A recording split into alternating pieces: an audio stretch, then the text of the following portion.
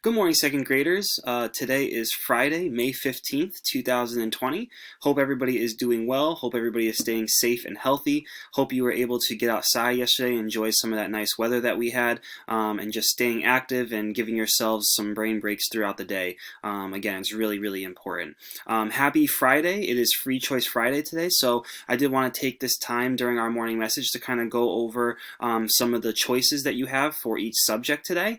So what I'm going to do is I'm going to show you my screen and just kind of walk you through some of the Free Choice Friday activities that we have today. So be sure to check in on the morning message first and read that. If you see Mrs. Scully, just make sure you kind of check in with her and see if there's any assignments that she has for you.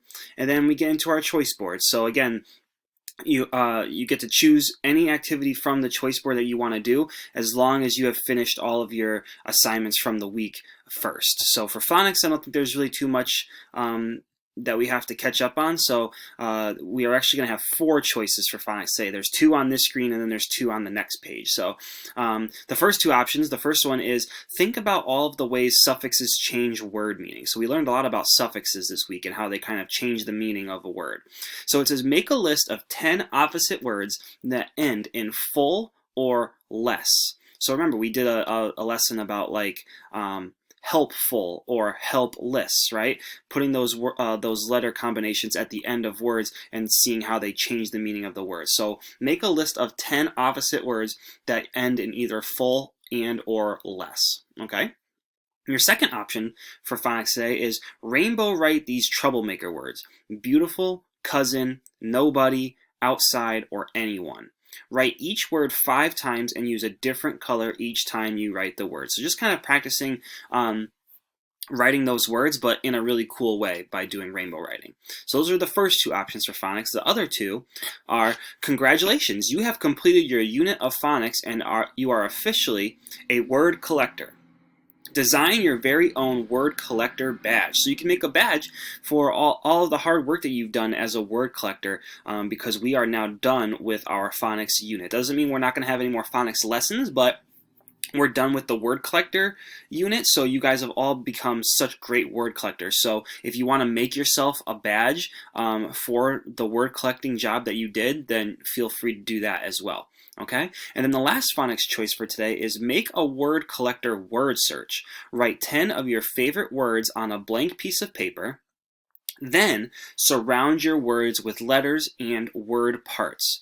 Give your word search to a family member and see if they can find all 10 words. So you can kind of make your own word search using a lot of the words that you collected this school year, and make a word search out of it, and then you can give it to somebody for them to solve the word search themselves. Okay, so those are the 4 options for phonics today for Free Choice Friday. And then we go into reading, so make sure, again, you do dyslexia for 20 minutes. And then our reading choices, there are going to be 3. So the first one is, and you want to ask a grown-up first, look through cookbooks to find a recipe you can make together.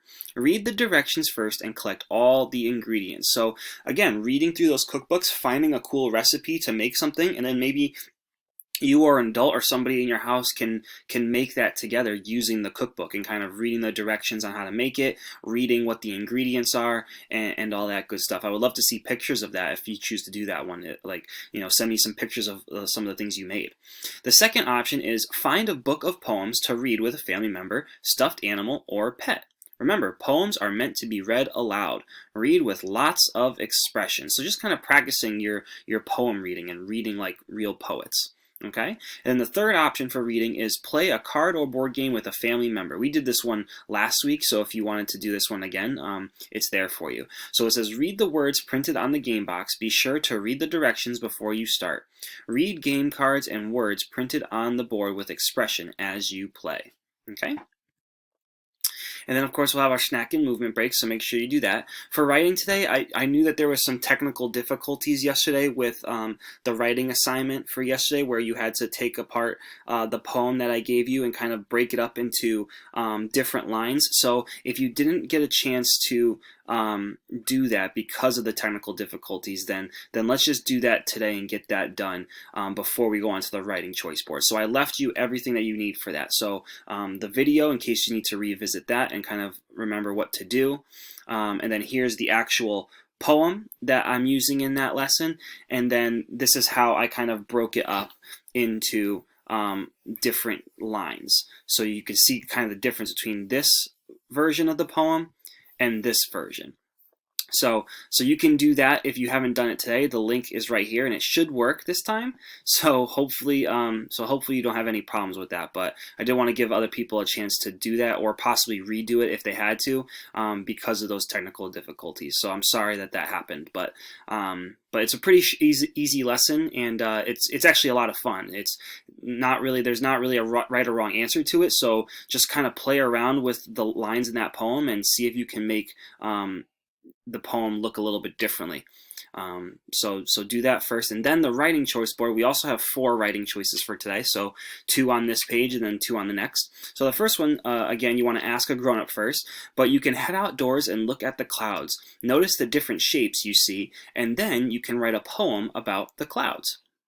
So writing a poem about the clouds, definitely use a lot of figurative language for that, because I feel like that's something that you can definitely use a lot of figurative language for.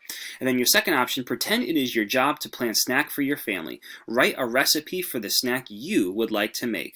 Write down the name of your snack, be sure to include the ingredients, then write the steps for someone to follow. Bonus, if a grown-up says it's okay, then you can make your recipe. So again, something else that I would really like to see pictures of if you choose to do this one.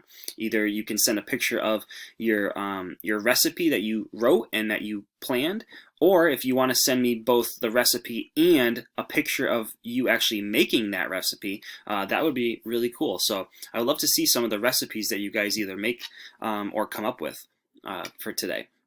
The other 2 options for writing, the third one, ask a grown-up first. Using sidewalk chalk, write kind messages on your sidewalk or patio. And then the 4th option is author's choice. Have a story you want to write. Use your imagination to write your story. Be sure to add specific details, dialogue, and description. Add illustrations too. So if you are interested in writing your own story, you can also do that for choice time today for writing as well.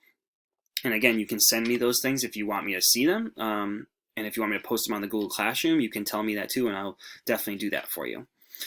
And then take another brain break, and then we have a math choice board. And so the first thing I want you to do, obviously, is to log on to Think Central and complete all of those things to do before you go on to the other choices. So make sure all the assignments on Think Central are complete.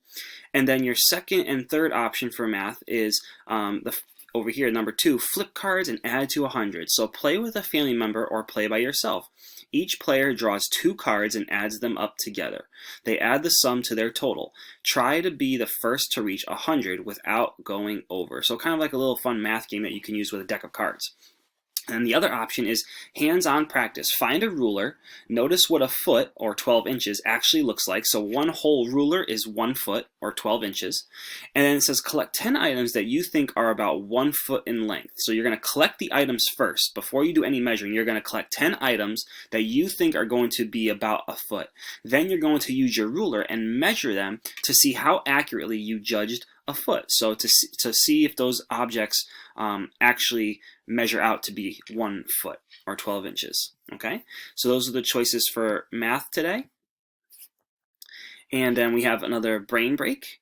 Make sure you go on to library today, because that is our special for the day. So check out the Charles Wright School Library website, and then there's also a read aloud that Mrs. Stewart wants you to do. So be sure to click on that and see that video. And then we have a flow break, and then we are done and we are heading into the weekend. So that is what our day is going to look like today, and I hope you guys have fun with it and you do some really fun things. Again, if you want to send me any of the work that you do today, feel free to send it to me in an email. You can actually post some things on the Google Stream I'm sorry, our Google Classroom stream, you can post things by yourself, so you don't always have to send them to me if you want me to post them. If you want to post them, then you can just go on the stream and click the little box at the very top, and you can add some of your stuff in there. But if you want me to do it, then that's fine too. Just email me, and I will be happy to do that for you. So again, hope you have a great day. Hope you have a really, really great weekend. I hope that I see most of you on office hours today. But if not, then I will hopefully see you on Monday. And again, have a great day and have a great weekend. Have fun with your Free Choice Friday activities that you do today. Okay, everybody? Bye.